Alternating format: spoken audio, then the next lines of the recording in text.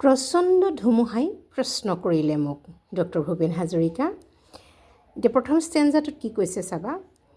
প্ৰচণ্ড ধুমুহাই প্ৰশ্ন কৰিলে মোক, তোমাৰ প্ৰাপ্য কি কোৱা? মনৰ দুৱাৰ মেলি নিৰ্ভীকভাৱে ক'লোঁ, তোমাৰ শক্তিখিনি দিয়া। প্ৰচণ্ড ধুমুহাই মোক কি বুলি প্ৰশ্ন কৰিলে? তোমাৰ প্ৰাপ্য কি কোৱা? তোমাৰনো কি পাবলৈ আছে কোৱাচোন? প্ৰাপ্য মানে পাব লগা। তোমাৰ প্ৰাপ্য কি কোৱাচোন? মনৰ দুৱাৰ মেলি নিৰ্ভীকভাৱে ক'লোঁ, তোমাৰ শক্তিখিনি দিয়া। মনৰ দুৱাৰ মানে মনটো মুকলিকৈ আৰু মনৰ দুৱাৰখন খুলি দিলে কি হয়? দুৱাৰখন খুলি দিয়াৰ লগে লগে ৰুমটোলৈ বতাহ আহি নাযায় জানো? ঠিক তেনেদৰে মনৰ দুৱাৰ মানে মুকলি মনেৰে মই ক'লোঁ আৰু একদম ভয় নকৰাকৈ ক'লোঁ, নিৰ্ভীকভাৱে মানে ভয় নকৰাকৈ। কি দিয়া? তোমাৰ শক্তিখিনি দিয়া। কাক বিচাৰিলোঁ? ধুমুহাক। গতিকে ধুনীয়াকৈ স্পষ্টভাৱে কৈছে যে প্ৰচণ্ড ধুমুহাই যিহেতু মোক প্ৰশ্ন কৰিছিলে, তোমাৰ প্ৰাপ্য কি কোৱা? তোমাৰ পাব লগা কি আছে কোৱা? আৰু তেতিয়া মই মনৰ দুৱাৰ মেলি নিৰ্ভীকভাৱে ক'লোঁ, তোমাৰ শক্তিখিনি দিয়া।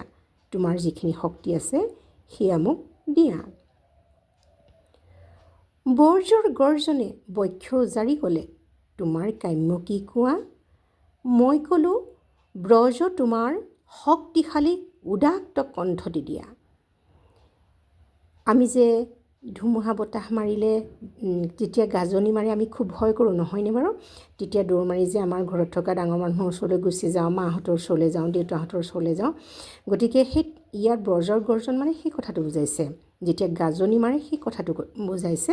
তাৰমানে এটা শক্তিশালী মাত আছে, নহয় জানো বাৰু? ব্ৰজৰ গৰ্জনে বক্ষ উজাৰি ক'লে, একদম বুকু উজাৰি ক'লে।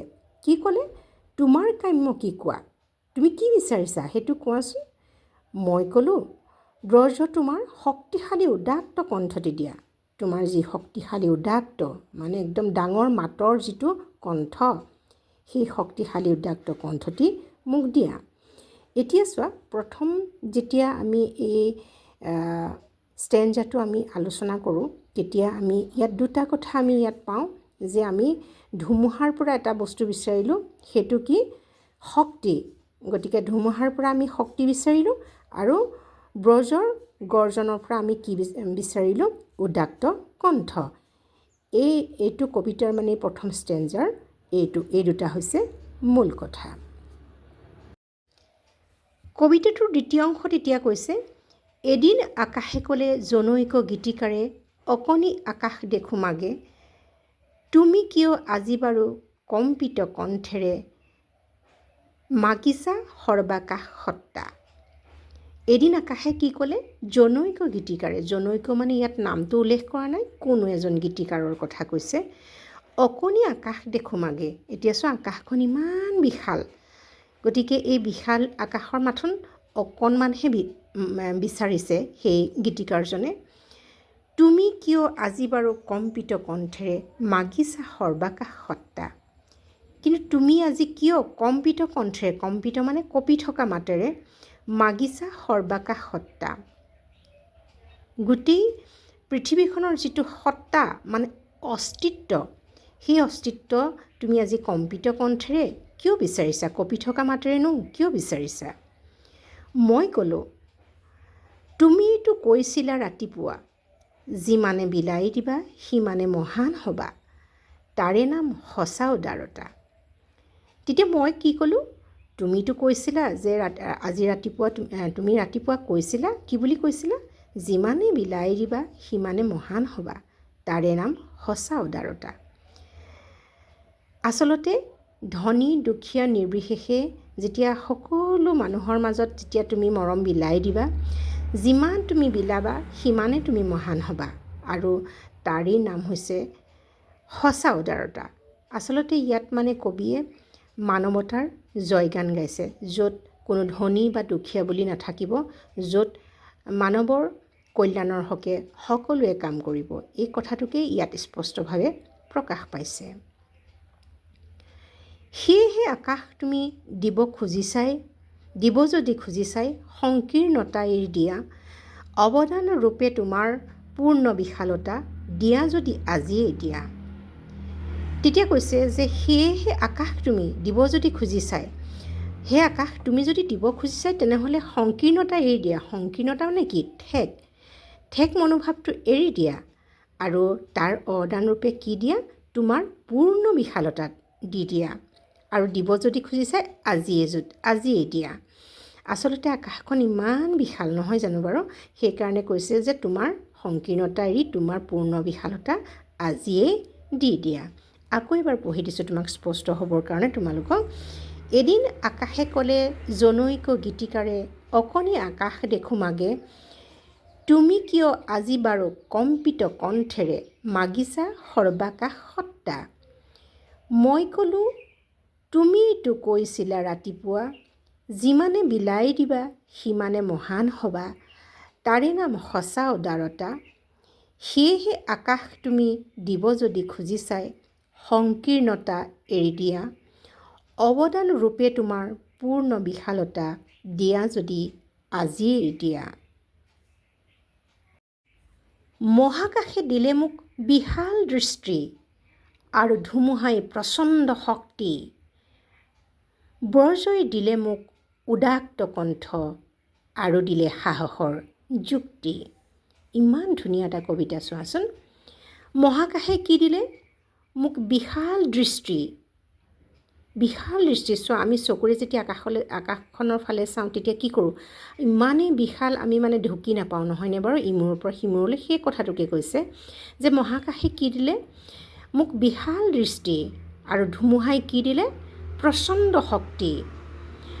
আৰু ব্ৰজই কি দিলে? মোক উদাত্ত কণ্ঠ আৰু কি দিলে? সাহসৰ যুক্তি। এই চাৰিটা লাইন বৰ গুৰুত্বপূৰ্ণ, তোমালোকে মনত ৰাখিবা।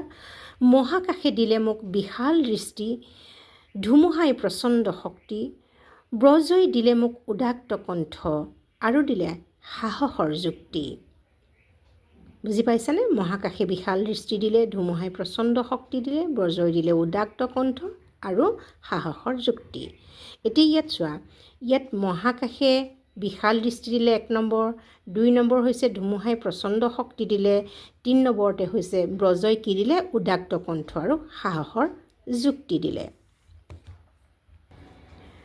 ব্ৰজৰ কণ্ঠেৰে ধুমুহাৰ শক্তিৰে গীত গাই কপাম দিগন্ত, দানৱৰ সমাজতো গাম মানৱৰ গীত, কলিজাৰ সঁচা সুৰ সিক্ত। ব্ৰজৰ কণ্ঠেৰে, আমি ব্ৰজৰ পৰা কণ্ঠ পাইছোঁ আৰু ধুমুহাৰ পৰা শক্তি পাইছোঁ। ব্ৰজৰ কণ্ঠেৰে ধুমুহাৰ শক্তিৰে গীত গাই কপাম দিগন্ত। কি গাম? গীত গাম।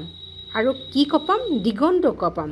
দিগন্ত মানে একদম অসীম আৰু মানে কোনো মহাকাশত মানে আকাশৰ কোনো সীমা নাই, একদম বহুত দূৰলৈকে আমি গীত গাই দিগন্ত কপাই দিম।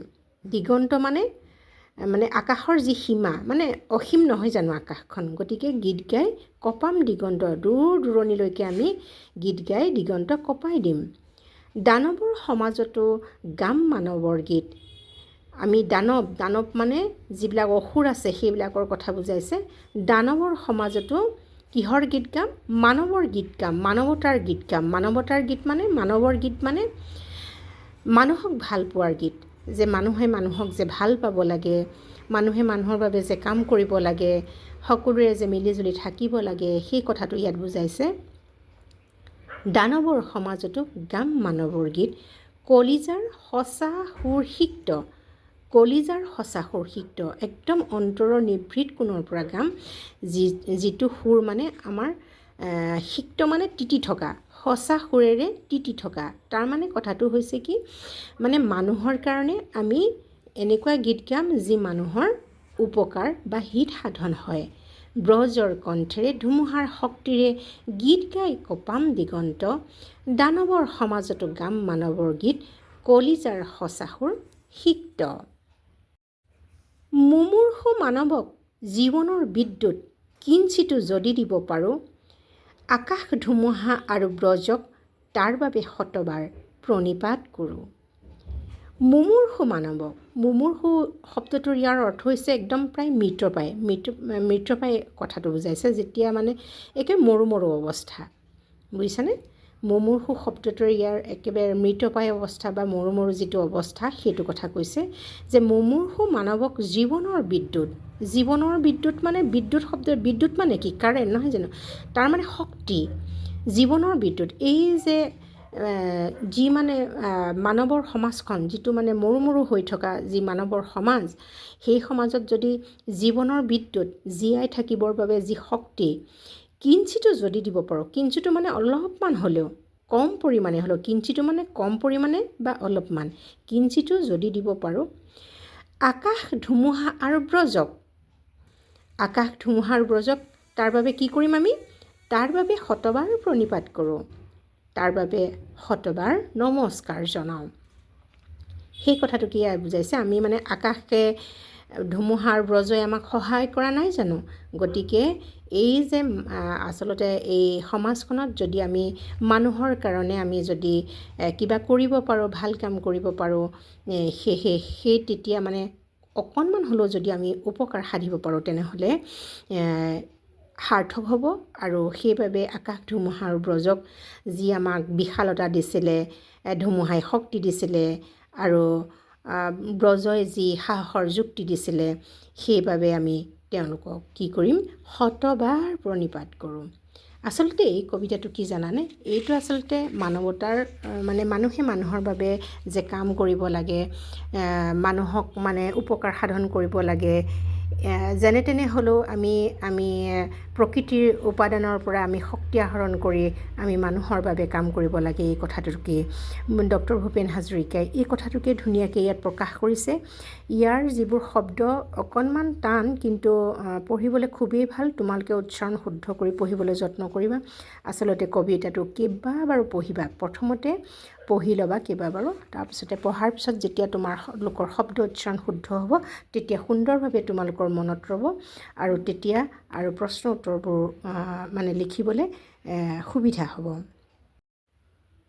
আজিলৈ এই ভিডিঅ'টো ইমানতে সামৰিছোঁ যদি তোমালোকে কিবা বুজি পোৱা নাই তোমালোকে কমেণ্টৰ জৰিয়তে জনাবা শব্দ অৰ্থ খুব ধুনীয়াকৈ কৈ দিছোঁ কিবা নাজানিলে আকৌ সুধিবা মই আৰু এটা ভিডিঅ' বনাম ইয়াৰ ওপৰত তোমালোকে ধুনীয়াকৈ চাবা ইয়াৰ পিছৰটো ভিডিঅ'ত মই কবি পৰিচয় শব্দ অৰ্থ দিম আৰু ইয়াৰ আৰু এটা পাৰ্ট কৰিম মই এই ভিডিঅ'টো তাত মই প্ৰশ্ন উত্তৰ খুব ধুনীয়াকৈ বিশ্লেষণ কৰি দিম তোমালোকে যিহেতু ক্লাছ 9ৰ ছাত্ৰ ছাত্ৰী গতিকে সুন্দৰভাৱে পঢ়িবা বুজিবা আৰু তেতিয়া লিখিবলৈ তোমালোকে সুবিধা হ'ব যিহেতু কবিতাটো শব্দবোৰ অকণমান টান বুলি কৈছোঁ গতিকে সুন্দৰভাৱে কেইবাবাৰো পঢ়ি ল'বা আৰু তেতিয়া তোমালোকৰ লিখিবলৈ সুবিধা হ'ব আজিলৈ ভিডিঅ'টো মই ইমানতে শেষ কৰিছোঁ তোমালোকে যদি এতিয়ালৈকে মোৰ চেনেলটো ছাবস্ক্ৰাইব কৰা নাই ছাবস্ক্ৰাইব কৰি দিবা ভিডিঅ'টো লাইক কৰিবা আৰু কমেণ্ট কৰিবা যদি কিবা ভুল হৈছে